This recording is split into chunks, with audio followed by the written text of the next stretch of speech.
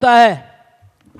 और चिकित्सा में भी जिसके ट्रेंगल हो और ये रेखाएं हो और अंगूठा थोड़ा चपटा हो, चौड़ा हो, सर्जन होगा, फिजिशियन नहीं होगा। फिजिशियन होगा उसका अंगूठा लंबा और साधारण होगा, चौड़ा नहीं होगा, चपटा नहीं होगा, वो फिजिशियन होगा।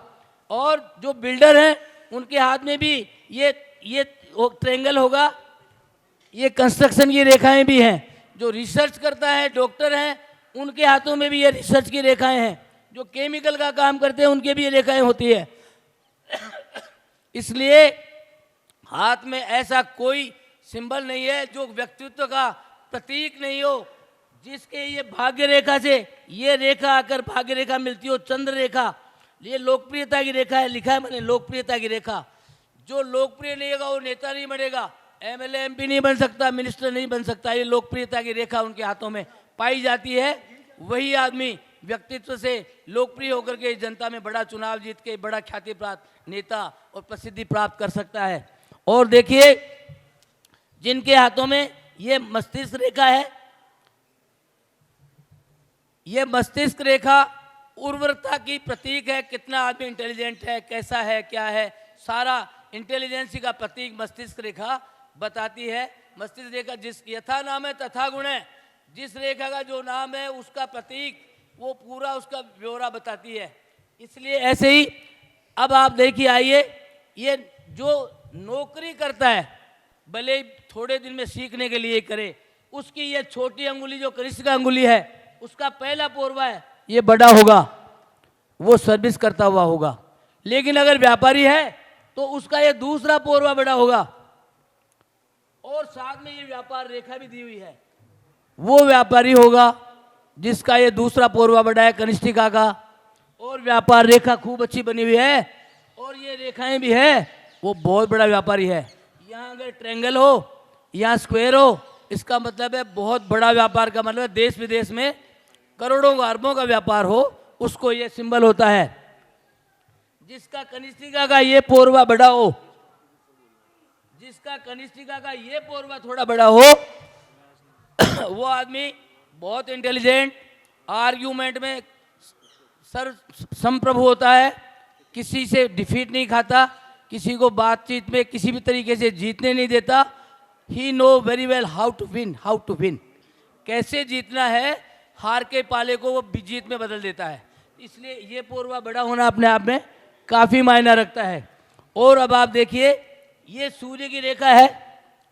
सूर्य बड़ा प्रभाव है जो देता है सारी दुनिया को प्रकाश। सूर्य की अंगुली अगर बड़ी होगी तो वो आदमी रिस्क उठाने से नहीं चूकेगा। वो आदमी लॉटरी लगाएगा, लॉटरी खुलेगी।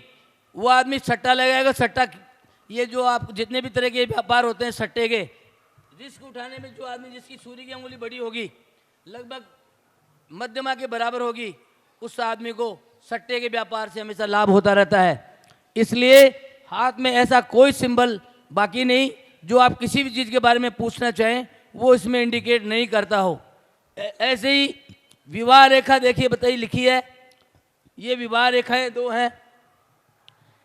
इस विवाह रेखा के बारे में अगर द्विजिप भी बनी हुई है तो वो अलगाव की ओर चले जाते हैं, तलाक हो जाता है, डिवोर्स हो जाता है, या फिर भगवान के यहाँ से एक का बुलावा आ जाता है तो परमानेंट बिछो हो जाता है। इसलिए द्विजीप भी, सर्प की जीप भी की तरह से अगर विवाह रेखा बनी हुई हो तो वो पति पत्नी को अलग करा देती है किसी भी रूप में। बहुत सारे तरीके हैं अलग होने के, एक दूसरे को छोड़ देना, साथ में रह के भी अलग रहना, पति मायके रहे, पति अपने घर में रहे, पत्नी अपने मायके में रहे, अलग अलग रहें, या जैसे भी अलगाव करा देती है। ये इसकी विवाह रेखा का योग है। ऐसे ही संतान उत्पन्न होती है आपसी दोनों के प्रेम से। प्रेम होगा तो संतान उत्पन्न होगी, जिसकी हृदय प्रतीक है प्रेम का, हृदय रेखा पर ये रेखाएं मिलेंगी, ये संतान रेखाएं को प्रतीक हैं जो इस विवाह रेखा पे भी होती है और हृदय रेखा पर भी जितनी रेखाएं होती हैं। जो स्पष्ट दिखती है वो जिंदा होती है, जो अस्पष्ट हल्की रेखाएं हों वो या तो लड़की की होती है या मिसकरेज अबॉर्शन होते हैं, उनकी भी रेखाएं पाई गई हैं। तो इस तरीके से आप देखिए ये भाग्य का प्रतीक है। शुक्र जिसका प्रबल होगा, अंगुलियां चौकोर होंगी, हाथ बहुत मुलायम और सॉफ्ट होगा, वो आर्ट, फैशन, डिजाइन, पिक्चर, फिल्मी दुनिया, संगीत, गाने बजाने से जुड़े हुए होंगे। उनके हाथ बहुत मासूमियत लिए हुए होते हैं। उन लोगों के हाथों में ये शुक्र प्रबल होता है, क्योंकि शुक्र वीनस है, यही इसका कारक है, संगीत का, सुंदरता का, सौम्यता का, लग्जरी का, वैभव का, इसका। तो उसको शुक्र पर्वत जो है वो प्रबल होता है। इस तरीके ये मणिबंध रेखाएं हैं। ये मणिबंध रेखा एक रेखा 25 साल को इंडिकेट करती है। ये आयु का प्रतीक है। आयु के लिए हमें मणिबंध रेखाओं को देखना चाहिए, कितनी मणिबंध रेखा उसके हाथ में स्पष्ट हैं। एक आयु रेखा 25 साल का इंडिकेट करती है, इसलिए जितनी मणिबंध रेखाएं हो उतनी आयु। ये जीवन रेखा है। जीवन रेखा मतलब ये आयु, जीवन। और साथ में भारतीय पद्धति है, उसमें हृदय रेखा को भी जीवन का प्रतीक माना गया, क्योंकि हृदय जब तक धड़कता रहेगा तब तक मौत नहीं हो सकती, चाहे 1000 बॉडी के टुकड़े हो जाएं। मौत की कंफर्मेशन के लिए डॉक्टर हृदय के स्टेथोस्कोप लगा के देखता है, अब नहीं है, तब कह सकते हैं डेड, वरना बॉडी नहीं कह सकते। उससे पहले बीमार है, अभी जीवित है, अभी सीरियस है, मगर मौत घोषित नहीं कर सकते जब तक हृदय धड़कता रहे। इसलिए हृदय की धड़कन हृदय रेखा बताती है। साथ में ये 25 साल इंडिकेट करती है आयु की रेखा को। इसलिए आयु को अगर जाननी हो तो मणिबंध रेखाएं कितनी हैं, वो भी अगर चैनदार हो, ऐसे यव बने हुए हों, चैन की तरह से हो, वो समृद्धि का, धनाढ्य होने का प्रतीक होता है, धनवान होने का प्रतीक होता है। और अगर इन रेखाओं में कहीं टूटी फूटे हो, कट हो, तो वो भी जीवन रेखा के प्रति खतरा प्रदर्शित करते हैं। तो अब आप देखिए, जो जितना बड़ा नेता होगा या राष्ट्राध्यक्ष होगा, उसके हाथ में सूर्य रेखा पर, सूर्य इंपॉर्टेंट है। सूर्य के बिना प्रकाश और उजाला, लाइट दुनिया में दिखावा देखने योग्य नहीं बन सकता व्यक्ति। तो सूर्य रेखा पे त्रिकोण बना हुआ हो, सूर्य रेखा बहुत बड़ी साफ हो, तो वो आदमी बहुत बड़ा देश का राष्ट्राध्यक्ष तक पहुंच सकता है। इसलिए हाथों में, हमारे ही हाथों में सारी चीज़ें ऐसी दी हुई हैं जो हर चीज़ है। अब देखिए, ये चंद्र रेखा है, ये चंद्र रेखा है विदेश योग। जो अगर विदेश जाएगा, जिसके हाथों में स्पष्ट चंद्र रेखा नहीं हो, तो विदेश नहीं जाएगा। छोटी मोटी रेखा हो जाएगा, मगर 1-2-4 दिन का टूर सफर करके आ जाएगा। लेकिन जिसको लंबा रुकने का है, वो विदेश में विदेश रेखा, चंद्र रेखा स्पष्ट होगी, वही विदेश में रुकेगा। दूसरी बात, जिसको ये स्पष्ट रेखा और चंद्र रेखा हो, उसका दी एंड अपने देश में, अपने जन्म स्थान पे किसी सूरत में नहीं हो सकता। हमारे महाराज पंडित चंद्रशेखर जी जानते हैं, भंडारी साहब थे जो इसका संयोजन करते थे दिल्ली में। उन्होंने लास्ट में पूछा था इसका रेखा का मतलब बताओ। आखिर में वो लंदन में ही जाके उनका दी एंड हुआ, देश में उनका दी एंड नहीं हुआ। इसलिए जो इनको ये रेखा होती है और ये मत्स्य रेखा बनी हो, वो लास्ट में जा कर के, भले ही उनके बेटे पोते ले जाएं उनको विदेश में, लेकिन लास्ट में उनका दी एंड विदेश में ही होगा, जन्मस्थली पे, जन्म वाले स्थान पे नहीं होता है। इसलिए ऐसी कोई चीज़ नहीं जिसके बारे में ये रेखाएं हमें पूरा इंडिकेशन नहीं दे रही हो। और देखिए, ऑप्शन बहुत सारे होते हैं।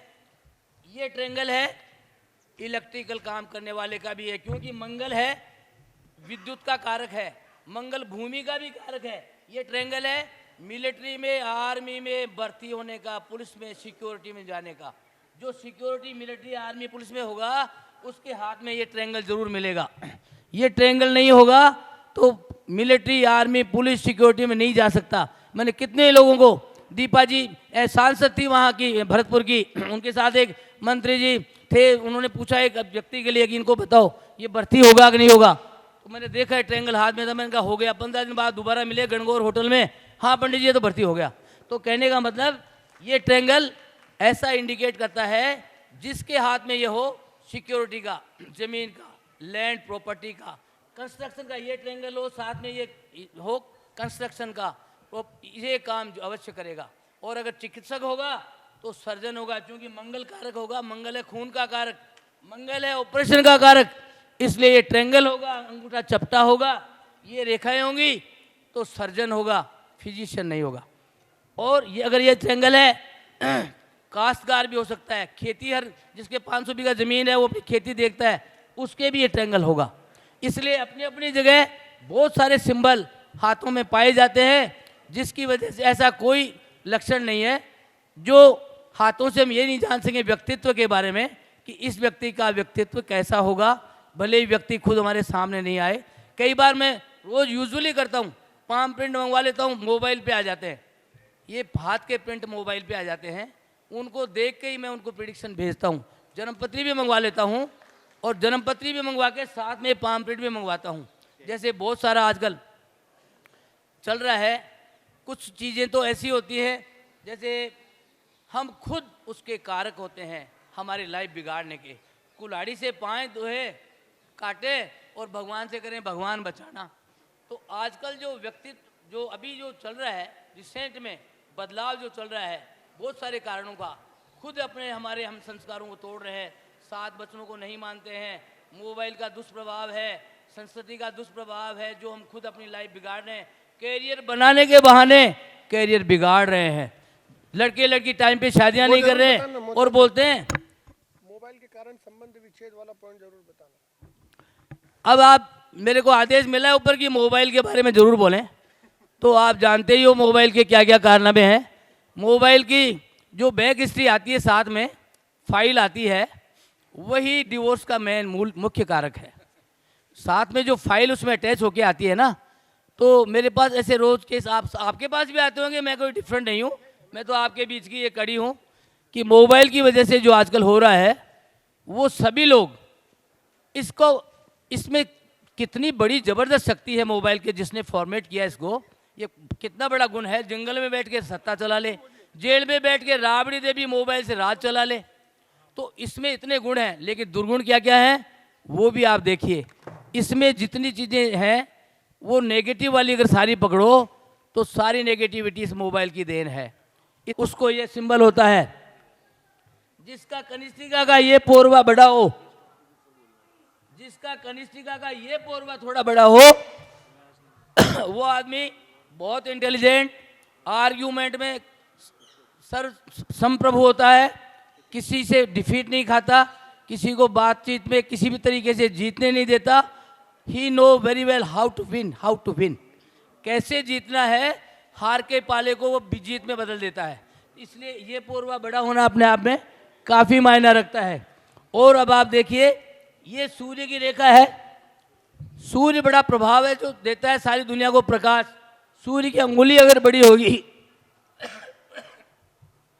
तो वो आदमी रिस्क उठाने से नहीं चूकेगा। वो आदमी लॉटरी लगाएगा, लॉटरी खुलेगी।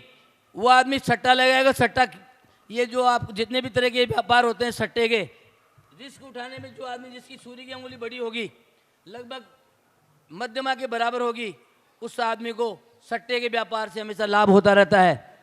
इसलिए हाथ में ऐसा कोई सिंबल बाकी नहीं जो आप किसी भी चीज़ के बारे में पूछना चाहें वो इसमें इंडिकेट नहीं करता हो। ऐसे ही विवाह रेखा देखिए, बताइए लिखी है, ये विवाह रेखाएं दो हैं। इस विवाह रेखा के बारे में अगर द्विजिह्वी बनी हुई है तो वो अलगाव की ओर चले जाते हैं, तलाक हो जाता है, डिवोर्स हो जाता है, या फिर भगवान के यहाँ से एक का बुलावा आ जाता है तो परमानेंट बिछो हो जाता है। इसलिए द्विजिह्वी, सर्प की जिह्वी की तरह से अगर विवाह रेखा बनी हुई हो तो वो पति पत्नी को अलग करा देती है किसी भी रूप में। बहुत सारे तरीके हैं अलग होने के, एक दूसरे को छोड़ देना, साथ में रह के भी अलग रहना, पति मायके रहे, पति अपने घर में रहे, पत्नी अपने मायके में रहे, अलग अलग रहें, या जैसे भी अलगाव करा देती है, ये इसकी विवाह रेखा का योग है। ऐसे ही संतान उत्पन्न होती है आपसी दोनों के प्रेम से। प्रेम होगा तो संतान उत्पन्न होगी, जिसकी हृदय प्रतीक है प्रेम का, हृदय रेखा पर ये रेखाएं मिलेंगी, ये संतान रेखाएं को प्रतीक हैं, जो इस विवाह रेखा पे भी होती है और हृदय रेखा पर भी जितनी रेखाएं होती हैं, जो स्पष्ट दिखती है वो जिंदा होती है, जो अस्पष्ट हल्की रेखाएं हों वो या तो लड़की की होती है या मिसकरेज अबॉर्शन होते हैं, उनकी भी रेखाएं पाई गई हैं। तो इस तरीके से आप देखिए, ये भाग्य का प्रतीक है। शुक्र जिसका प्रबल होगा, अंगुलियां चौकोर होंगी, हाथ बहुत मुलायम और सॉफ्ट होगा, वो आर्ट, फैशन, डिजाइन, पिक्चर, फिल्मी दुनिया, संगीत, गाने बजाने से जुड़े हुए होंगे। उनके हाथ बहुत मासूमियत लिए हुए होते हैं, उन लोगों के हाथों में ये शुक्र प्रबल होता है, क्योंकि शुक्र वीनस है, यही इसका कारक है, संगीत का, सुंदरता का, सौम्यता का, लग्जरी का, वैभव का, इसका। तो उसको शुक्र पर्वत जो है वो प्रबल होता है। इस तरीके ये मणिबंध रेखाएं हैं। ये मणिबंध रेखा एक रेखा 25 साल को इंडिकेट करती है। ये आयु का प्रतीक है। आयु के लिए हमें मणिबंध रेखाओं को देखना चाहिए, कितनी मणिबंध रेखा उसके हाथ में स्पष्ट हैं। एक आयु रेखा 25 साल का इंडिकेट करती है, इसलिए जितनी मणिबंध रेखाएं हो उतनी आयु। ये जीवन रेखा है, जीवन रेखा मतलब ये आयु, जीवन। और साथ में भारतीय पद्धति है, उसमें हृदय रेखा को भी जीवन का प्रतीक माना गया है, क्योंकि हृदय जब तक धड़कता रहेगा तब तक मौत नहीं हो सकती, चाहे 1000 बॉडी के टुकड़े हो जाएं। मौत की कंफर्मेशन के लिए डॉक्टर हृदय के स्टेथोस्कोप लगा के देखता है, अब नहीं है, तब कह सकते हैं डेड, वरना बॉडी नहीं कह सकते उससे पहले बीमार है, अभी जीवित है, अभी सीरियस है, मगर मौत घोषित नहीं कर सकते जब तक हृदय धड़कता रहे। इसलिए हृदय की धड़कन हृदय रेखा बताती है। साथ में ये 25 साल इंडिकेट करती है आयु की रेखा को। इसलिए आयु को अगर जाननी हो तो मणिबंध रेखाएं कितनी हैं, वो भी अगर चैनदार हो, ऐसे यव बने हुए हों, चैन की तरह से हों, वो समृद्धि का, धनाढ्य होने का प्रतीक होता है, धनवान होने का प्रतीक होता है। और अगर इन रेखाओं में कहीं टूटी फूटे हों, कट हों, तो वो भी जीवन रेखा के प्रति खतरा प्रदर्शित करते हैं। तो अब आप देखिए, जो जितना बड़ा नेता होगा या राष्ट्राध्यक्ष होगा, उसके हाथ में सूर्य रेखा पर, सूर्य इंपॉर्टेंट है। सूर्य के बिना प्रकाश और उजाला, लाइट दुनिया में दिखावा देखने योग्य नहीं बन सकता व्यक्ति। तो सूर्य रेखा पे त्रिकोण बना हुआ हो, सूर्य रेखा बहुत बड़ी साफ हो, तो वो आदमी बहुत बड़ा देश का राष्ट्राध्यक्ष तक पहुंच सकता है। इसलिए हाथों में, हमारे ही हाथों में सारी चीज़ें ऐसी दी हुई हैं जो हर चीज़ है। अब देखिए, ये चंद्र रेखा है, ये चंद्र रेखा है विदेश योग। जो अगर विदेश जाएगा, जिसके हाथों में स्पष्ट चंद्र रेखा नहीं हो, तो विदेश नहीं जाएगा। छोटी मोटी रेखा हो जाएगा, मगर 1-2-4 दिन का टूर सफर करके आ जाएगा। लेकिन जिसको लंबा रुकने का है, वो विदेश में विदेश रेखा, चंद्र रेखा स्पष्ट होगी, वही विदेश में रुकेगा। दूसरी बात, जिसको ये स्पष्ट रेखा और चंद्र रेखा हो, उसका दी एंड अपने देश में, अपने जन्म स्थान पे किसी सूरत में नहीं हो सकता। हमारे महाराज पंडित चंद्रशेखर जी जानते हैं, भंडारी साहब थे जो इसका संयोजन करते थे दिल्ली में। उन्होंने लास्ट में पूछा था इसका रेखा का मतलब बताओ, आखिर में वो लंदन में ही जाके उनका दी एंड हुआ, देश में उनका दी एंड नहीं हुआ। इसलिए जो इनको ये रेखा होती है और ये मत्स्य रेखा बनी हो, वो लास्ट में जा कर के, भले ही उनके बेटे पोते ले जाएं उनको विदेश में, लेकिन लास्ट में उनका दी एंड विदेश में ही होगा, जन्मस्थली पे, जन्म वाले स्थान पे नहीं होता है। इसलिए ऐसी कोई चीज़ नहीं जिसके बारे में ये रेखाएं हमें पूरा इंडिकेशन नहीं दे रही हो। और देखिए, ऑप्शन बहुत सारे होते हैं। ये ट्रेंगल है, इलेक्ट्रिकल काम करने वाले का भी है, क्योंकि मंगल है, विद्युत का कारक है, मंगल भूमि का भी कारक है। ये ट्रेंगल है मिलिट्री में, आर्मी में भर्ती होने का, पुलिस में, सिक्योरिटी में जाने का। जो सिक्योरिटी, मिलिट्री, आर्मी, पुलिस में होगा, उसके हाथ में ये ट्रेंगल जरूर मिलेगा। ये ट्रेंगल नहीं होगा तो मिलिट्री, आर्मी, पुलिस, सिक्योरिटी में नहीं जा सकता। मैंने कितने लोगों को, दीपा जी सांसद थी वहाँ की, भरतपुर की, उनके साथ एक मंत्री जी थे, उन्होंने पूछा एक व्यक्ति के लिए कि इनको बताओ ये भर्ती होगा कि नहीं होगा। तो मैंने देखा है ट्रेंगल हाथ में था, मैंने कहा हो गया। 15 दिन बाद दोबारा मिले गणगौर होटल में, हाँ पंडित जी ये तो भर्ती हो गया। तो कहने का मतलब, ये ट्रेंगल ऐसा इंडिकेट करता है जिसके हाथ में ये हो सिक्योरिटी का, जमीन का, लैंड प्रॉपर्टी का, कंस्ट्रक्शन का ये ट्रेंगल हो, साथ में ये हो कंस्ट्रक्शन का, तो ये काम जो अवश्य करेगा। और अगर चिकित्सक होगा तो सर्जन होगा, क्योंकि मंगल कारक होगा, मंगल है खून का कारक, मंगल है ऑपरेशन का कारक। इसलिए ये ट्रेंगल होगा, अंगूठा चपटा होगा, ये रेखाएं होंगी तो सर्जन होगा, फिजिशियन नहीं होगा। और ये अगर ये ट्रेंगल है, काश्तकार भी हो सकता है, खेती, हर जिसके 500 बीघा जमीन है वो अपनी खेती देखता है, उसके भी ये ट्रेंगल होगा। इसलिए अपनी अपनी जगह बहुत सारे सिंबल हाथों में पाए जाते हैं, जिसकी वजह से ऐसा कोई लक्षण नहीं है जो हाथों से हम ये नहीं जान सकें व्यक्तित्व के बारे में कि इस व्यक्ति का व्यक्तित्व कैसा होगा, भले ही व्यक्ति खुद हमारे सामने नहीं आए। कई बार मैं रोज़ यूजुअली करता हूँ, पाम प्रिंट मंगवा लेता हूँ, मोबाइल पे आ जाते हैं, ये हाथ के प्रिंट मोबाइल पे आ जाते हैं, उनको देख के ही मैं उनको प्रिडिक्शन भेजता हूँ।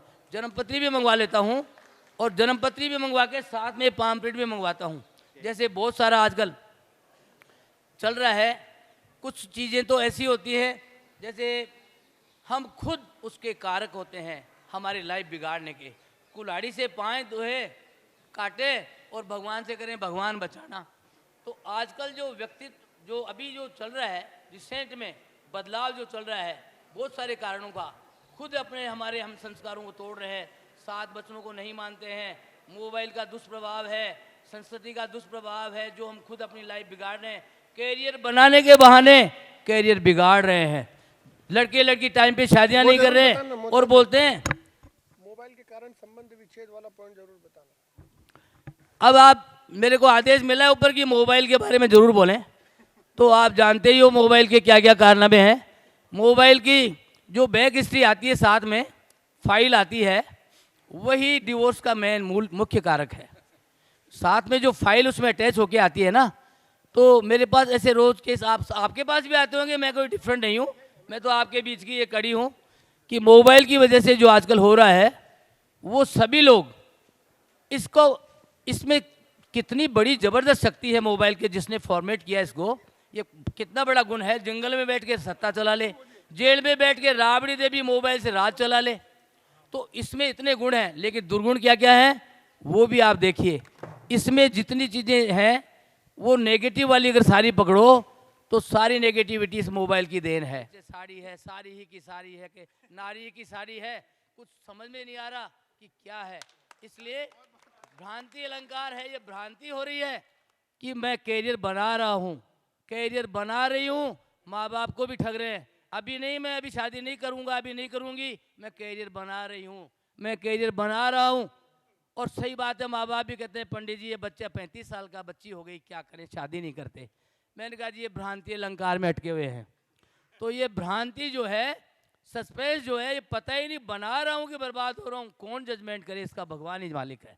इसलिए इस बातों से आप देखिए, जिसके विवाह रेखा में और जो साथ में रेखाएं होती हैं साथ में, वो भी इस बात को इंडिकेट करती हैं कि लोग जीवन में आते हैं चले जाते हैं। कुछ लोग कुछ क्षणों के लिए, कुछ दिनों के लिए, कुछ समय के लिए आते हैं फिर चले जाते हैं, इसलिए वो भी अपनी ज़िंदगी बर्बाद कर रहे हैं।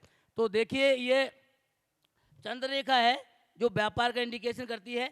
यहाँ पे एक जो ट्रायंगल होता है, एक इंट्यूशन रेखा भी होती है यहाँ पर, ये एक एक्स्ट्राऑर्डिनरी एक एनर्जी होती है, सिक्स सेंस आप में बहुत से लोगों में होगा, जरूर आप सारे ज्योतिषी विराजमान हो या कोई साधारण आदमी तो बैठा ही नहीं है, तो इंट्यूशन आपको जरूर मिलता होगा, ड्रीम में मिलता है, रियलाइजेशन होता है कि इसको कह दो ऐसे हो जाएगा, जैसे आपको कई बार प्रिडिक्शन करते समय होता होगा। तो आप जानते हो इस बात को कि उस समय जो लगता है वो एक इंट्यूशन होता है, वो एक सिक्स एनर्जी है, जो सिक्स सेंस है, वो एक भाव आता है कि इस ऐसा हो जाएगा, ऐसा कह दो। कई लोगों को ड्रीम में आता है, कई लोगों को ऐसे ही लगता है। तो वो जो शक्ति है वो सब में नहीं होती, लेकिन बहुत सारे लोगों में होती है। इसलिए हम चाहते हैं, हम जानते हैं कि हस्तरेखा पे अभी मैंने एक पुस्तक भी लिखी है, शायद वो छप नहीं पाई है, आ जाएगी अगले महीने तक आ जाएगी इस पर पूरा। और मेडिकल एस्ट्रोलॉजी के बारे में मैं पिछली बार इसके बारे में सब बता चुका हूँ। फिर भी अगर कोई किसी का शंका भी हो, कोई प्रश्न भी पूछना चाहें इसके बारे में, व्यक्तित्व के बारे में, तो पूछ सकते हैं। उसके बारे में आपको बताऊंगा कौन व्यक्ति का किसका क्या सिंबल होगा, क्या व्यक्तित्व की क्या निशानी होगी। और अभी पितृदोष की बात थी वो मैंने बता दी। ये जिसको होता है, ये चंद्रमा राहु, चंद्रमा शनि विषयोग और कालसर्प योग की वजह से शुक्र और मंगल के स्थान पे पाया जाता है, वो व्यक्ति परिवार में सब कुछ होते हुए भी अंतर मन से दुखी रहता है, डिससेटिस्फैक्शन रहता है, किंग कर्तव्य विमूढ़ रहता है, क्या करूं और क्या नहीं करूं असमंजस में जीवन जीता रहता है। सब कुछ होते हुए लगता है सब खालीपन है, सब कुछ होते लगता है सब कुछ छोड़ने संन्यास ले लें तो अच्छा रहेगा। तो ऐसा योग ये योग बनाता है। इसके बारे में आपकी ये पुस्तक के चलती फिरती पुस्तक आपके हाथों में है, जो आपका पूरा इंडिकेट करती है आपकी लाइफ के बारे में, व्यक्तित्व के बारे में, सब कुछ बताती है। इससे हम जान सकते हैं किस व्यक्ति का कैसा व्यक्तित्व है। भले ही व्यक्ति खुद नहीं मिले, केवल उसके हाथ से, उसकी फोटो से, उसके हाथ से देख के जान सकते हैं। अच्छा ठीक है। आप जितना बोलना चाहो। अब देखिए, इसमें माउंट भी हैं। इसमें ये पर्वत है, ये शुक्र पर्वत है, ये चंद्र पर्वत है, मंगल पर्वत है, ये बृहस्पति का है, ये शनि की अंगुली के नीचे शनि का पर्वत है, सूर्य अंगुली के नीचे सूर्य का पर्वत है, बुध की अंगुली के नीचे बुध का पर्वत है। ये पर्वत अगर स्लिप होके एक दूसरी तरफ खिसक जाते हैं, बृहस्पति का पर्वत खिसक के अगर शनि की ओर चला गया तो उसका मन संन्यास की ओर भागेगा, क्योंकि बृहस्पति शनि से मिल गया, वो एक दूसरे के एनिमी है, तो वो बृहस्पति के कारक गुण है, वो शनि ले लेगा। ऐसे ही सूर्य का पर्वत है, बुध का पर्वत स्लिप होकर सूर्य का मिल जाए तो ये फिर भी मित्र है, वो अच्छा फल देता है। लेकिन सूर्य का पर्वत शनि की ओर चला जाए या शनि का पर्वत स्लिप होकर सूर्य की ओर मिल जाए, सूर्य और शनि है तो पिता पुत्र, मगर एक दूसरे के एनिमी है। तो जिसका सूर्य पर्वत स्लिप होकर शनि में मिल गया, शनि का पर्वत सूर्य में मिल गया, पिता पुत्र के नहीं बनेगी। वो वंश में होंगे मौजूद, लेकिन एक दूसरे के साउथ और नॉर्थ की तरह से रहेंगे, आपसी वैर भाव रहेगा। जैसे कि शास्त्रों में हमारे सूर्य और शनि का बताया गया है, वैसा ही फल ये सूर्य और शनि के स्लिप माउंट होने पर भी वैसा ही फल मिलेगा। इसलिए इनका उपाय, सारे ग्रहों को एक दूसरे के उलझे हुए कई बार होता है जन्मपत्री में भी, हाथों में, तो उनका सबसे बड़ा उपाय है नवग्रह स्तोत्र किया जाए।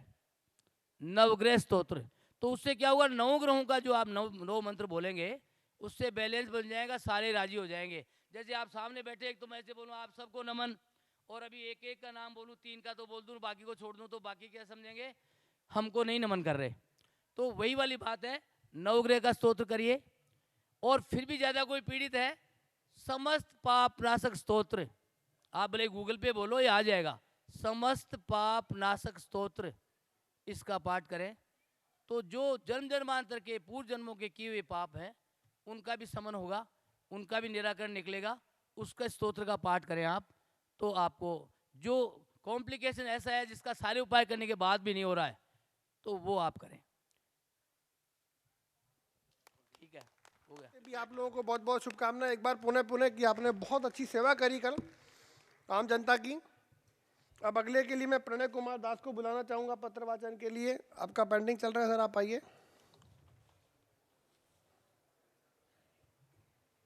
कल वैसे डिस्कशंस हुए थे मेडिकल एस्ट्रोलॉजी के ऊपर, पितृदोष के ऊपर कल नहीं बोल पाया था ज़्यादा क्योंकि मेरी तैयारी नहीं थी। और आज हमारा जो टॉपिक है वो है वास्तु से रिलेटेड चीज़ों पे थोड़ा सा पितृदोष के ऊपर पहले बोलूँगा। कल तो वैसे सभी ने इसके बारे में डिस्कशंस किया ही था, लेकिन सब ने विवाह और करियर से रिलेटेड टॉपिक्स पे ही बात की थी कि पितृदोष से ये। लेकिन मैंने जितना देखा है अभी तक कुंडली और रिसर्च किए हैं कि वो अपना पैटर्न बदलता है हर बार। अगर एक किसी ने बच्चे से रिलेटेड डिस्कशंस किए थे, किसी ने बुजुर्ग के हिसाब से डिस्कशंस किए थे, लेकिन वो समय समय पे अलग अलग तरीके से फलित होता है। जैसे अगर एकदम छोटा बच्चा है तो उसको स्वास्थ्य से रिलेटेड पितृदोष अपना असर दिखाएगा। जैसे वो बड़ा होगा तो पढ़ाई में बाधा लाएगा, और बड़ा हुआ तो फिर करियर में बाधा लाएगा। करियर अगर जिस तरीके से स्टेबल हो गया तो फिर पैसे या आय से रिलेटेड समस्याएं उत्पन्न होंगी, विवाह से रिलेटेड, फिर स्वास्थ्य से रिलेटेड।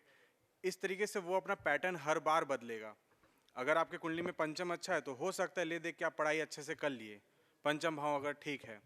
अगर आपका सप्तम भाव सही है तो फिर आपका विवाह भी सही है, लेकिन वो किसी ना किसी एंगल से आपको पकड़ेगा ही पकड़ेगा, और अपना जो दोष का जो इफेक्ट होता है उसको फलित करेगा ही करेगा।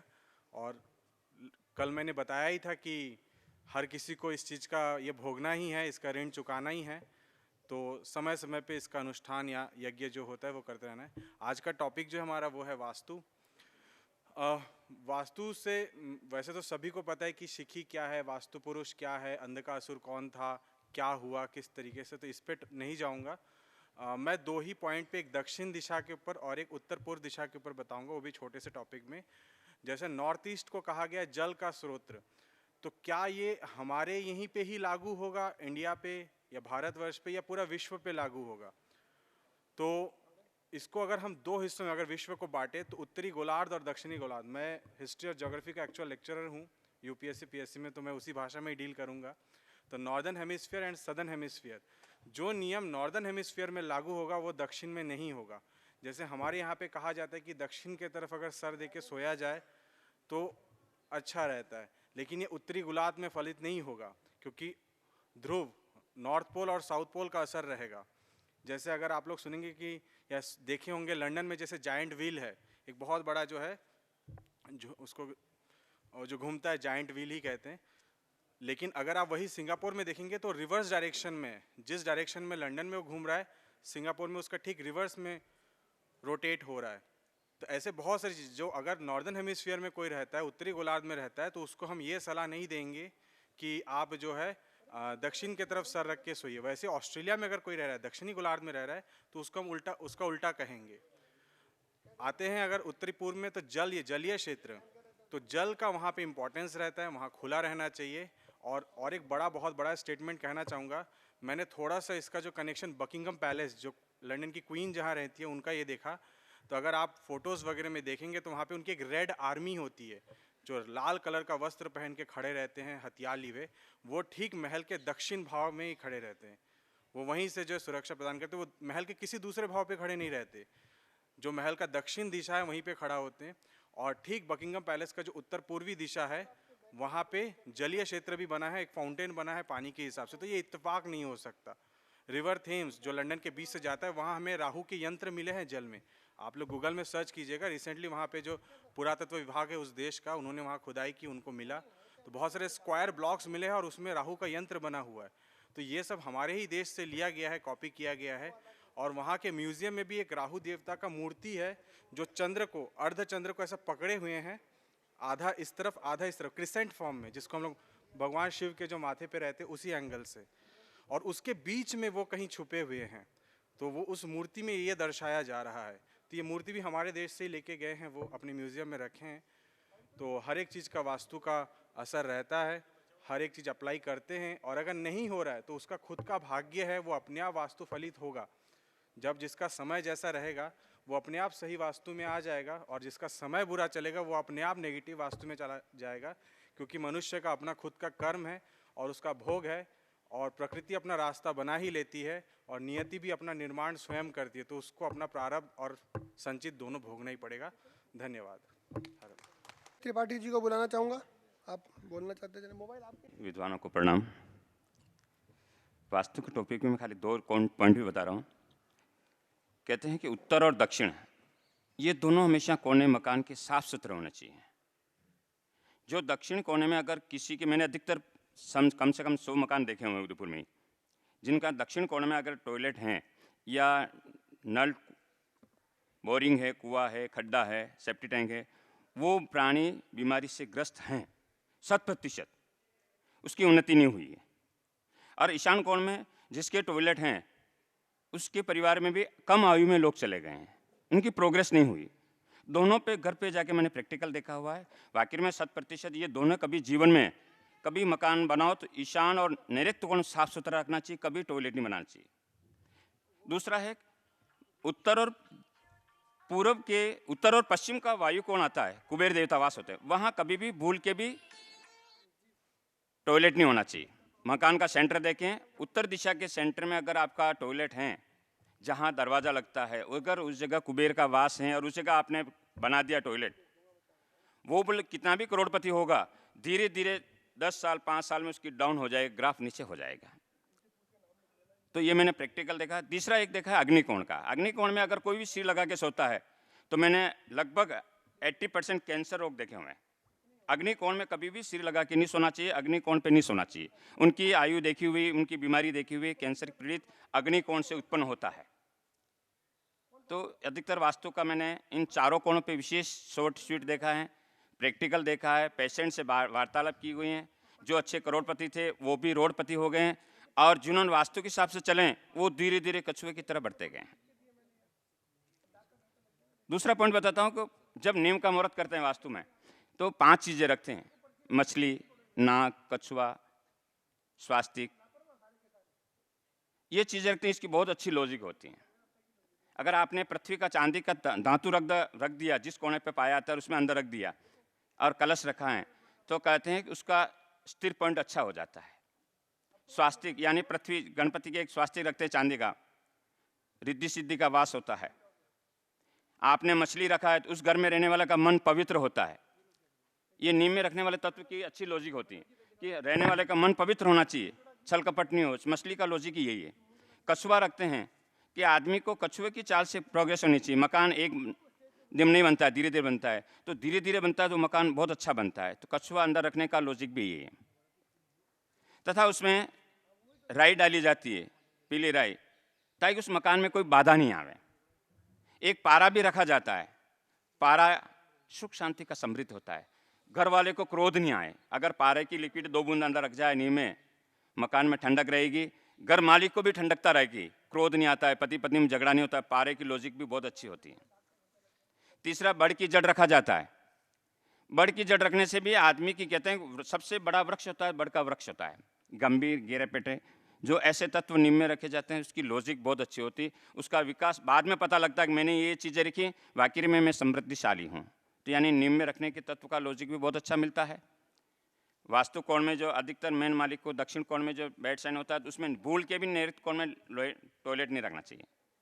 उसके छोटे छोटे बहुत सारे वास्तु में कल भी उपाय बताए थे और उपाय करने से उनको आत्म शांति मिलती है। परंतु वास्तु के हिसाब से निर्माण किया जाता है तो अति उत्तम फल प्राप्त होता है। मैं इसी के बाद संपूर्ण करता हूँ।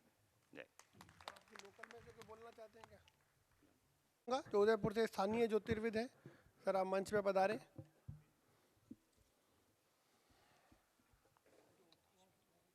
हाँ,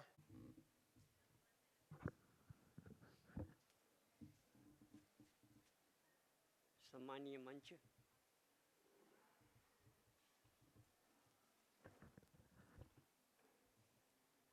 उपस्थित विद्वज्जनों,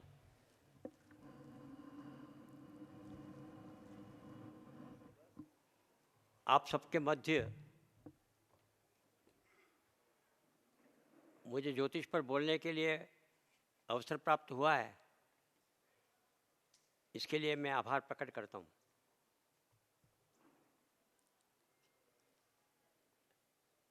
ज्योतिष सिद्धांत, संहिता और होरा का समुच्चय है।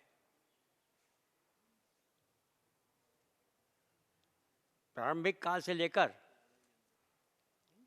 यदि प्रारंभ लें तो लगध से प्रारंभ होता है।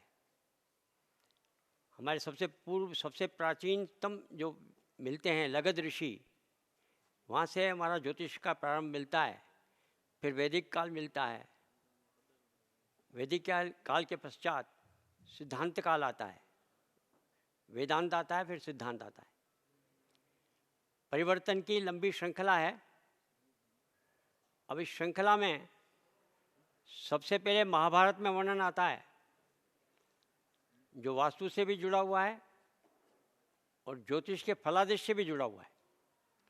फलादेश का पहला वाक्य भीम ने कहा था कि ये गुफा, इसका ढलान पूर्व की तरफ है, हम इसमें रहेंगे तो हम सुरक्षित रहेंगे क्योंकि इसका ढलान पूर्व की तरफ है। प्रभाव, ग्रहों का प्रभाव होता है नहीं होता है, ये वैज्ञानिक हैं, अवैज्ञानिक हैं या मिथक हैं, सिर्फ रूढ़िवादी हैं, इस सब पर बहुत बहस होती है। मैं संक्षेप में इसके बारे में भी बताना चाहूँगा। हमारा जीवन अनेकों जीवनों के बाद उद्भव होकर के आज प्रकट हुआ है। हर जन्म में हम कर्म करते हैं, उस कर्म का जो प्रारब्ध है ब्रह्मांड के कंपनों में व्याप्त हो जाता है और जिस कंपन में जितना देवत्व होता है उस देवत्व के अनुसार वो अपना गर्भ ढूंढता है और उसी गर्भ में वो जन्म लेता है। कोई राजा के घर में जन्म लेता है, कोई रंक के घर में जन्म लेता है, कोई विद्वान के घर में जन्म लेता है, कोई योद्धा के घर में जन्म लेता है। तो ये जन्म जात जो हमें ज्ञात हो जाता है ये ग्रहों और सौर मंडल के नक्षत्र मंडल के कारण से ये सुरक्षित कंपन जिनके माध्यम से हमारा गर्भ में बच्चे के अंदर प्राण प्रतिष्ठा होती है, तभी से उसके गुणधर्म और उसका चरित्र, उसका अभिव्यक्ति होना प्रारंभ हो जाती है। आप ज्योतिषियों में से जन्म कुंडली तो सब बनाते होंगे, प्राण प्रतिष्ठा की कुंडली शायद बनाने में आप बनाते हैं नहीं बनाते मैं जानता नहीं। प्राचीन काल में चंद्रमा की कुंडली बनती थी जिसे आदान लग्न की कुंडली कहा जाता था, और चंद्र कुंडली का इसलिए महत्व बताया जाता था। मैं आपके सामने ये स्पष्ट करना चाहता हूँ कि किसी भी वृक्ष में जड़ें जैसी होगी, वृक्ष का विकास ठीक ठीक वैसा ही होता है। जो बीज रूप में जब हम प्राण में आए,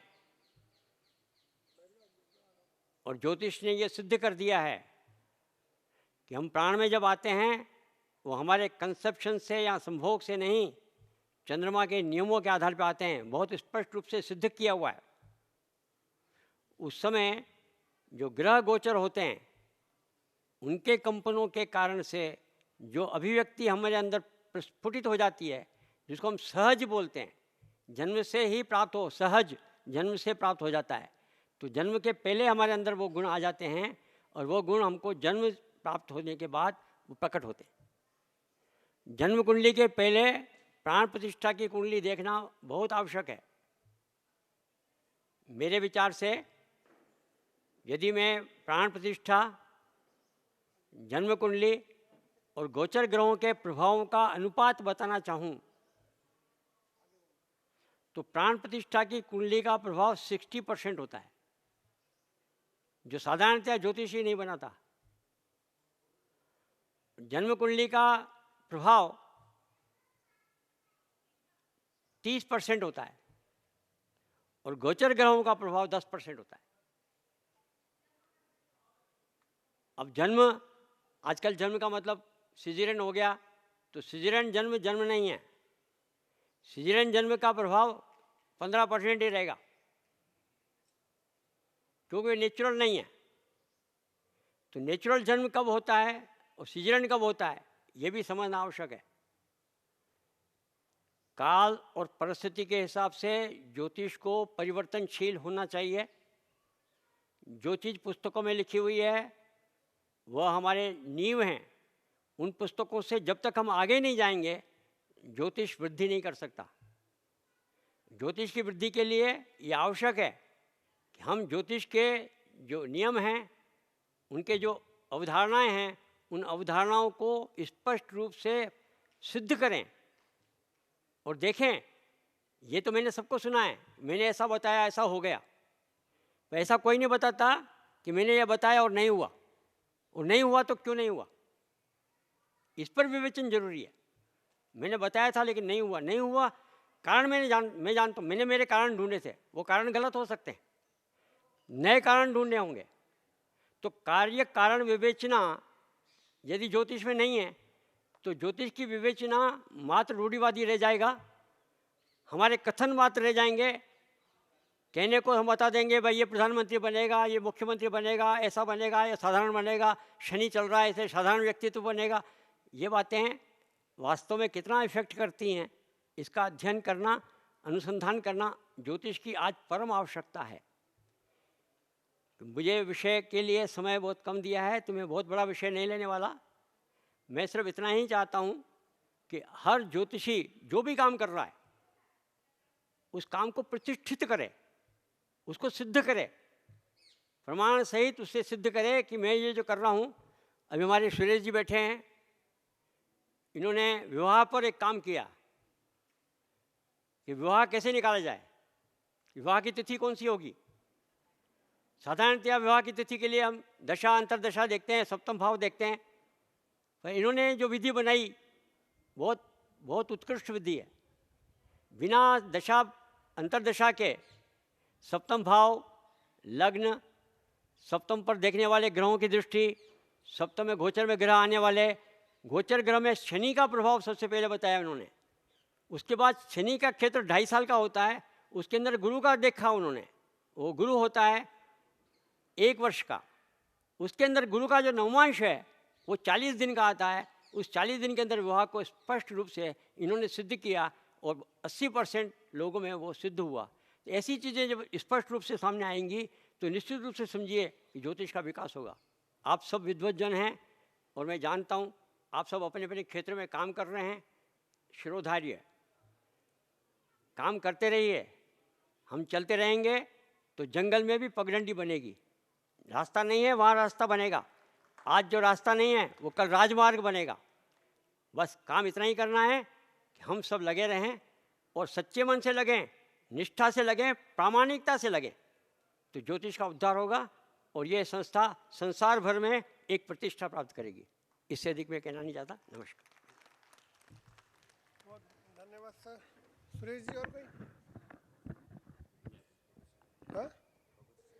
भगवती शंकर जी व्यास उदयपुर से आप पधारेंगे, स्वागत है आपका। और कोई सुरेश जी इनके बाद? चलिए आप तो पधारिए। सभी मंचस्थ विद्वान और सन्मुख बैठे हुए सभी आज के नक्षत्र और विद्वानों का हार्दिक स्वागत, अभिनंदन। चूँकि आज का विषय वास्तु का है तो मैं वास्तु पे कहना चाहूँगा कि वास्तु जो है मूलतः हमारी प्रकृति और संस्कृति की एक ऐसी संकल्पना है कि जिस वस्तु को जिस जगह स्थापित किया जाना चाहिए वहाँ स्थापित होगी तो निश्चित रूप से परिणाम देगी। और उसके लिए जो वास्तु शास्त्र है उसके अंतर्गत चतुष्षष्ठी वास्तु मंडल है, जो देवत्व स्थानों की संकल्पनाओं को, मंदिरों को स्थापित करने के लिए उसका प्रयोग किया जाता है। एकाशीति वास्तु मंडल है जो भवन निर्माण के लिए किया जाता है। शतपथ वास्तु मंडल है और सहस्त्रपद वास्तु मंडल है जो नगर और जो जलाशयों आदि के लिए भी काम में लिया जाता है। तो इन सब के अंतर्गत इनमें हमें इन सारी चीज़ों का विशेष ध्यान रखना चाहिए। व्यक्ति कहाँ बसना चाह रहा है, क्या वह शहर उसके लिए योग्य है या नहीं है, उसकी काकिणी क्या है, उसके साथ समन्वय स्थापित कर रही है नहीं कर रही है, वहाँ की भूमि और उस क्षेत्र का प्रभाव किस तरह का है, भूमि कूर्म पृष्ठ है, सर्वपृष्ठ है, भूमि की जो अलग जो विधियाँ हैं उनको देखना चाहिए। साथ ही उनकी दिशाओं की संकल्पनाओं का भी विशेष ध्यान रखना चाहिए। और इसके साथ साथ जब इन सभी चीज़ों का जब ध्यान रखते हुए भवन का निर्माण किया जाता है तो मूलतः आज अधिकतर जो व्यक्ति विशिष्ट रूप से जो तकलीफ पाते हैं कि वास्तु के जिस भाग पे जो चीज़ नहीं बननी चाहिए उसका निर्माण कर दिया जाता है। तो जो आर्किटेक्ट इन तरह के जो नक्शे तैयार करते हैं उन्हें चाहिए कि जो ईशान कोण है, नॉर्थ ईस्ट है, जो वास्तु पुरुष का सिर पार्ट है, ब्रेन पार्ट है, तो अध्यात्म देवत्व स्थान वगैरह बच्चों के लिए विशिष्ट प्रगति का स्थान है, तो ऐसे स्थान को विशिष्ट रूप से संतुलित कर बनाया जाना चाहिए। अग्निकोण है, अग्निकोण में यदि किसी ने भी सेफ्टी टैंक बना रखा है तो निश्चित रूप से वो महिलाएं निश्चित रूप से पीड़ित बनती रहेंगी। और बड़ी महिला तकलीफ पाने के पश्चात उसके जाने के 100 दिन पूरे होते हैं तो इसके बाद की महिला को पकड़ता रहेगा। तो अग्निकोण के लिए ये चूँकि ये शुक्र का स्थान है और यहाँ पर जल अग्नि का विस्फोटक स्थितियाँ उस महिला को निश्चित रूप से तकलीफ करेगी। वही स्थिति साउथ की है और साउथ के वेस्ट की है। राहु का जो स्थान होता है और वहाँ पर यदि हमने कोई सेफ्टी टैंक बनाया है, गर्त किया है, तो जब वास्तु पुरुष को ऊंधे बल लेटा हुआ है तो साउथ और वेस्ट का पार्ट ऊंचा होना चाहिए और पुष्ट होना चाहिए, वहाँ कोई गर्त, खड्डा या नाल आदि नहीं होनी चाहिए। और यदि वहाँ इस तरह की कोई स्थिति होती है, खड्डा होता है, तो ये 3 तरह की विशेष तकलीफ खड़ी करता है।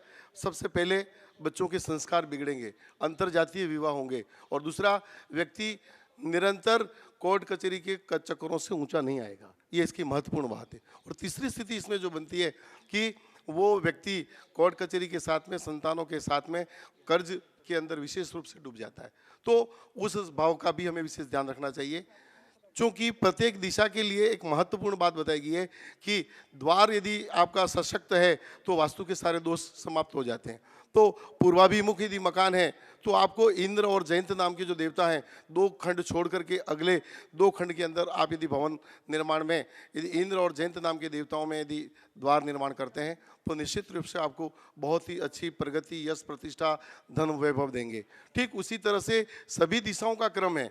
और ईस्ट उत्तर की तरफ का यदि हम द्वार देखते हैं तो उन उत्तर की तरफ जो देवता है, जो भल्लाट है और कुबेर है, उनका भी विशेष ध्यान रखना चाहिए। पश्चिम की तरफ भी ये जो पुष्पदंत नाम का देवता है उसका यदि हम ध्यान रखेंगे तो निश्चित रूप से सफलता मिलेगी। लेकिन आज इन दिशाओं के द्वार की स्थिति को ध्यान रखते हुए जो हम द्वार शाखा के जितने वास्तु में बहुत सारे अलग अलग मुहूर्त होते हैं, हम न तो भूमि पूजन पूर्व विधिवत करते हैं, न शिलान्यास करते हैं, और शिलान्यास के बाद में हर जगह जो जो स्थिति बनती है उन सभी जगह प्रत्येक स्थान के मुहूर्त होते हैं, वो निश्चित रूप से होते हैं, तो पूर्ण सफलता मिलती है। एक इस तरह की स्थितियों में जब कभी जो शिलान्यास होना है और जो बोर वगैरह किया जाता है, बोर में भी व्यक्ति देखते हैं कि भाई इन्होंने यहाँ पानी आ रहा है, इसी हिसाब से इन्होंने यहाँ का बोर दे दिया है, तो ऐसी स्थिति में कई बार दिक्कत आती है कि एक व्यक्ति ने जो बोर किया हुआ था और बोर करने के पश्चात उसके लेफ्ट हैंड के अंदर एक मर्म बन गया और वो ठीक ही नहीं हुआ काफ़ी समय से। और जब भोजराज जी ने सूरत में वास्तु का सम्मेलन किया था, मैं वहाँ था, और जब भरूच में मैं गया तो उसने कहा साहब मैं लाखों रुपया खर्च कर चुका लेकिन मेरे हाथ का वर्म ठीक नहीं हुआ, तो आप देखें। तो जाके हमने देखा, मैंने कहा मैं कहूँ वो करने को तैयार हो, बोले कि हाँ।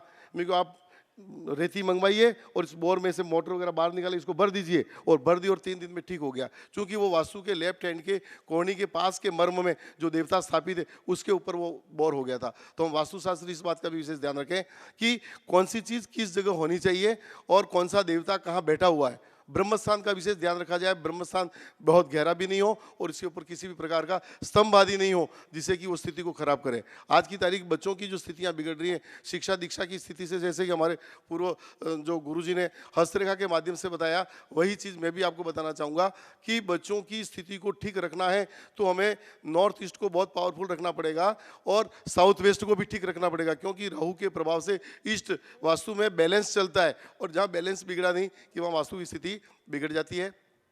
इन विशेष सिद्धांतों को ध्यान रखते हुए आज की सामान्य पुस्तकों को छोड़िए, आप वास्तु राजवल्लभ को देखिए, जो द्विजेंद्रनाथ शुक्ल का जो भवन निवेश है उनको देखिए, और इन प्राचीन ग्रंथों को हम देखेंगे और तो निश्चित रूप से हम बहुत ही अच्छी एक जनता को सेवा दे पाएंगे। समय की सार्थकता को देखते हुए आयोजक मंडल ने मुझे जो समय दिया इसके लिए मैं इनका हृदय से अभिनंदन आभार प्रस्तुत करता हूँ। धन्यवाद। जय हिंद भारतम। सुरेंद्र जी उदयपुर से पधारिए।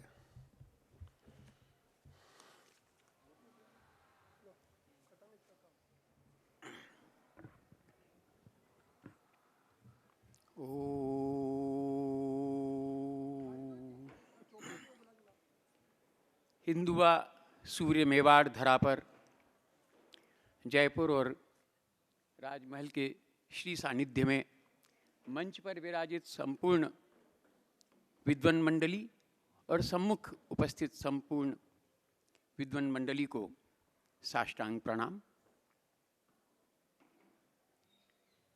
एक छोटे से बालक ने प्रश्न किया, भगवान कहाँ है, क्या उसे देखा जा सकता है? भगवान सर्वत्र है, कण कण में है, पर यदि बालक चाहें तो वो सबसे पहले देख सकते हैं। ध्रुव ने सबसे पहले देखा, प्रहलाद ने पहले देखा। मैं यूं निवेदन करूं, ये सुअवसर मिला है मुझे अपने मन की बात को कहने का, इतने वर्षों के अनुभव को देखते हुए हम सारे कार्यों में सफलता प्राप्त कर रहे हैं। वास्तु की दिशा में अनेक प्रयोग अनुसंधान हो रहे हैं, अन्य क्षेत्रों में भी बहुत कुछ हो रहा है, पर कई लोग प्रश्न करते हैं हम इतने वर्षों से यह कार्य कर रहे हैं, सफलता नहीं हो रही है, जो चाहते हैं वो लक्ष्य पूर्ति नहीं हो पा रही है। केवल एक ही मेरा अनुरोध है कि हम यदि आद्याशक्ति का आश्रय लें, आद्याशक्ति का मूल आधार गायत्री है। मैं प्रश्न नहीं कर रहा, लेकिन मैं आग्रह करूंगा यदि हम 10 गायत्री भी नियमित रूप से करें तो धीरे धीरे, जो भाई साहब ने, मौसा जी ने कहा, इंट्यूशन होता है, वह इंट्यूशन ही आपको बताएगा आगे क्या करना है। गायत्री को मूल आधार बनाएं। गायत्री यदि हमारे ऊपर अनुकंपा करेगी तो हमारे सारे कार्य सरलता से होते जाएंगे। मैं छोटी अवस्था से ही बच्चों को इसमें लगाना चाहिए। हम जैसा करेंगे, बड़े जैसा करेंगे, वैसा ही बालक अनुवर्तन करेंगे। यद्यत आचरति श्रेष्ठ तत्देवेतराजनाः। हम अमुक वर्षों के बाद में बच्चों से कहे बड़ों को प्रणाम करो, वो संकोच करते हैं। सुबह जल्दी उठो, रात्रि को जल्दी सो, उनमें आदत पड़ चुकी है। बचपन से ही उनको इस रास्ते पर, संस्कार के रास्ते पर लाएं और गायत्री का आश्रय लें, तो हमारे सारे कार्यों में हमें सफलता मिलेगी। वास्तु के संदर्भ में बहुत कुछ यहाँ कहा जा सकता है, कहा गया है, और कई ग्रंथों में, यूट्यूब पर, गूगल पर बहुत कुछ है। मैं आधारभूत 2 बातें आपको निवेदन करना चाहता हूँ अपने अनुभव से। घर के वास्तु में सारे परिवर्तन कर लें, लेकिन अपने मन के एक परिवर्तन को कर लें। प्रतिदिन, ज़्यादा नहीं तो गायत्री मंत्र के बाद में यदि हम संकट मोचन हनुमान का पाठ कर लें, और घर में सब कुछ अनुकूलता हो, पारिवारिक संपूर्ण श्रेष्ठताएं हैं, तो विष्णु सहस्त्र नाम का ये पुरातन समय से हमारे यहाँ परंपरा चली आ रही है। यहाँ जगदीश मंदिर में हमारे दादाजी नियमित रूप से, जब ध्वज नीचे गिर गया था, कई वर्षों तक उसका पुनः निर्माण नहीं हो पाया, विष्णु सहस्त्र नाम का अनुवर्तन करते थे। यदि हम अपने व्यावसायिक क्षेत्रों में सफलता चाहें सब प्रकार से, तो श्री सूक्तम संध्या के समय विष्णु सहस्त्रनाम, संकट मोचन और श्री सूक्तम, ये सब चीज़ें ऐसी हैं जो हमारे ऋषि महानुभावों ने बहुत अनुभव के बाद में हमको दी है। बस मैं केवल एक बात और कह के अपनी बात को स्थान दूंगा। हमारे ग्रंथों में बहुत कुछ है, लेकिन हम उसको जीवन में, व्यवहार में कहाँ ला रहे हैं। ग्रंथों में बहुत है, हम भी सब जानते हैं, लेकिन हम उसको जीवन व्यवहार में जब तक नहीं लाएंगे, क्या होगा। ईशावास्य उपनिषद यजुर्वेद संहिता का आधार, माँ गृधः कस्यस्वित् धनम, किसी के धन के प्रति लालच मत करो। आपने देखा होगा बचपन में सुलेख लिखाए जाता थे, लालच मत करो, लालच बुरी बला है। पर जीवन में हम कहाँ उतार रहे हैं ऐसी सारी वैदिक सूक्तियों को, जो आगे चल करके निरुक्त में, ज्योतिष में, सब जगह फलीभूत हुई हैं। पर जीवन को जोड़ने का क्रम हम प्रारंभ करें, और जो नई पीढ़ी है, छोटे शैशवावस्था से, मैं देखता हूँ मंदिर में दादा दादी, नाना नानी के साथ छोटे छोटे बच्चे जाते हैं, दादा या नाना जैसा कर रहे हैं बच्चे भी वैसा करते हैं, और उनको बड़ा अच्छा लगता है।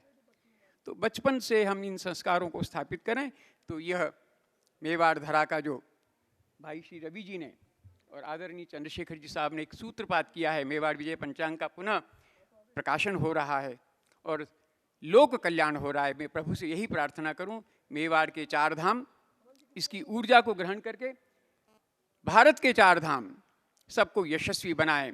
स्वस्त्यस्तु ते कुशलमस्तु चिरायुरस्तु, गोवाजी हस्ति धन धान्य समृद्धिरस्तु, ऐश्वर्यमस्तु बलमस्तु रिपुक्षयोस्तु, वंशे सदैव भवताम हरिभक्तिरस्तु। बहुत बहुत आभार।